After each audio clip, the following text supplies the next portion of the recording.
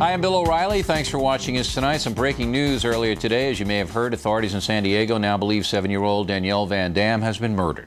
And they believe a neighbor of the Van Dams, David Westerfield, did it. He's being held without bail right now. We'll let you know if anything else happens in this case. The Talking Points memo this evening is about the Ten Commandments and the Supreme Court. The court has decided not to hear a case whereby Indiana Governor Frank O'Banion was legally blocked from displaying the Ten Commandments on the State House grounds. That means no commandments in Indianapolis. The Indiana Civil Liberties Union is very happy, but I am not. This is a bogus ruling, and Americans should be very concerned. Lower courts had ruled that the posting the Ten Commandments in a government building violated the Constitution's Establishment Clause. That says the government shall make no law respecting the establishment of a religion. That means the government must stay neutral on religion and not impose one on Americans. Okay, fine, that's a good provision. Let me ask everyone this question. What religion does the Ten Commandments impose? Judaism? Moses got the tablets. Christianity? Islam? Which one? The answer is none of the above. The Ten Commandments is a historical document written, pardon the pun, in stone. They establish methods of behavior for those interested in having a life based upon the respect of others and a higher power, spirituality. So, why are the courts intruding on history? Why do I not have the right as an American to read in a government office the basic tenets that our civil laws are based on? Somebody is violating my rights here. Supreme Court knows very well there's no religion favored by the Ten Commandments. Everybody with any sense knows that. Are the Baptists favored? Buddhists? What religion is being encouraged here? But the Supreme Court is basically dominated by secular jurists, judges who do not want any mention of morality, and that's a word, morality, to be included in government business. That's why there's chaos in the justice system, the public school system, the tax system, and the welfare system, because there is no standard of right and wrong set by the federal government. There's no moral discipline imposed on programs.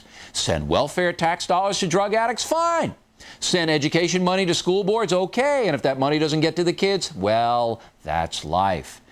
The sad fact is there's little moral focus, the right and wrong of a situation in public life. So, the Ten Commandments, that historical document which encourages moral behavior, is not allowed in our public arenas. Thank you, civil liberties people, and thank you, Supreme Court.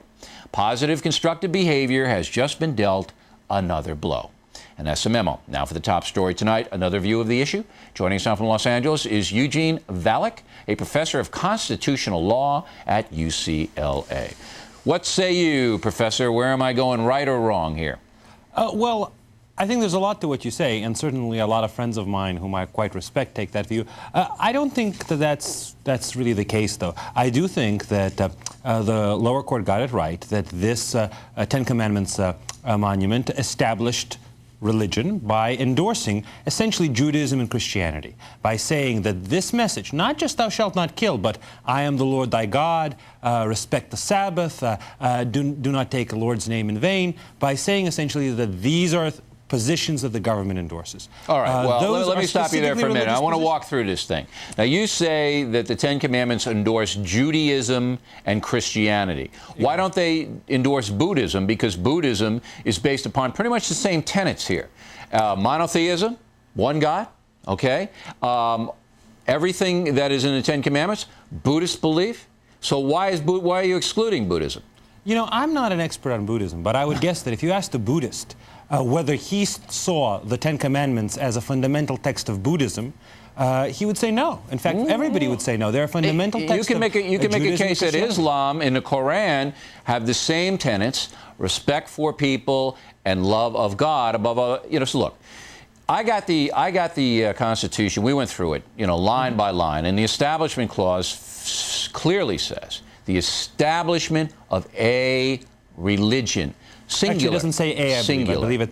I don't think that's right. I think it says respecting an establishment of religion. It doesn't say a religion. Yeah, it says a religion. This is where it says. James Madison drew it up, and that was in 1802, by the way, not in the Constitution by Thomas Jefferson. No, it was actually, well, James Madison was the primary author of both the Constitution and the Bill of Rights. Right. The Bill of Rights was enacted in 1791.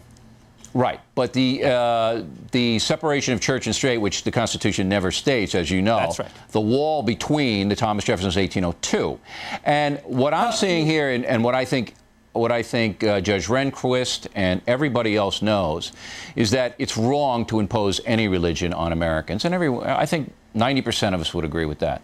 But what you're doing here is you're basically taking spirituality out of the government because it's a spiritual document which our law is based upon. Now, what's wrong with that line of thinking? Well, let's step back a little bit from our debate here. Let me just establish, as it were, what the rule of the Supreme Court has been implying, right or wrong. Since at least about 10 years ago, the general rule for government speech, situations where the government is trying to communicate some message, is that the government may not communicate a message that endorses religion, either endorses religion generally over, say, non-religiosity, or endorses one particular religion over others. The lower court said that putting up the quintessentially religious statements of particular religious traditions is indeed an endorsement of religion. If it had simply been, thou shalt not kill, or thou shalt not covet thy neighbor's wife, that would not be quintessential. You're absolutely right about that. That's what the Supreme Court has ruled for the last 10 years or so. But they're wrong. Did you know, Professor, that in the Supreme Court chambers, there is a carving of Moses with the Ten Commandments? Did you know that? You bet there are. And that's a very interesting point, because there was a case from Colorado several years ago which upheld the posting of the Ten Commandments, but in a context. That carving was in context of a series of friezes of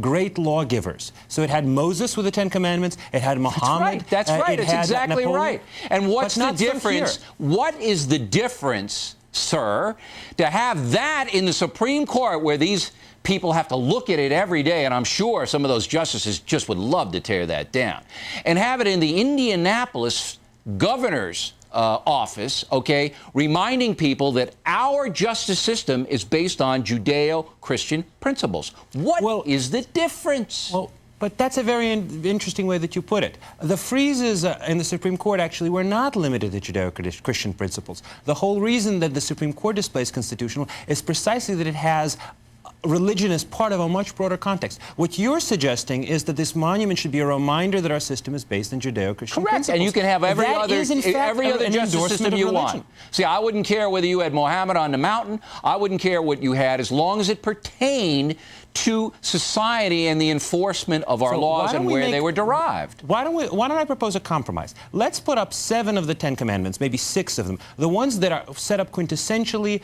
secular legal rules in which our system is in fact based, and set aside, I am the Lord thy God. Why? Set aside, keep the Sabbath holy, which is in fact, do you keep the Sabbath, by the way? Yes, I do, as a matter of fact. Oh, you do? Okay, fair enough. Most American Christians, at least, do not keep the Sabbath, at least in the traditional sense of keeping the Sabbath. Look, I don't want to get into personal thing, but look, I'm saying to you this, that spirituality is the part of every man, whether you're an atheist, whether you're a deist, whatever you are. And the Founding Fathers recognized that, which is why they opened with prayers, which is why they have Moses and the Ten Commandments in the Supreme Court, which is why they had a lot of things. We have perverted that by saying that spirituality is now religion. It isn't. And just because you have the Ten Commandments that say, I am the Lord thy God, it doesn't mean you want to be a Methodist. And that's where you guys have been all going wrong. I'll give you the last word. I'm the Lord thy God is not just a spiritual statement. It is a religious statement. It's a quintessentially religious statement from the Judeo-Christian It's an acknowledgement of a higher power. It is not the endorsement of a religion. Well, it's the acknowledgement of a higher power called God. That sounds like spirituality. Endorsement of religion to me. A higher power could be nature. A higher power, God could be nature. The Ten Commandments is not an acknowledgement of a higher power in the, let's say, pantheistic sense, or in the Buddhist sense, or in the Hindu sense. It's a text quintessentially tied to to Judaism and to Christianity. By you. Not by everybody. By history. Not by everybody. Oh, so you think somebody out there would say, oh, wow, the Ten Commandments, that seems like a Buddhist text. No, there are Wiccans out there and witches who would say, my higher power is this, or my higher power is that. You guys are so afraid. But the Ten Commandments is not their document, is it? It's fear. That's what it is. It's fear. It's not about religion. It's about fear that we will get away from our secular society. That's what I truly believe. Professor, we appreciate your point of view. Thank you very much. Always a great pleasure. Okay. Next on the rundown, an American intelligence analyst says she warned the Clinton administration about Osama bin Laden and lost her job because of it. Her story coming right up.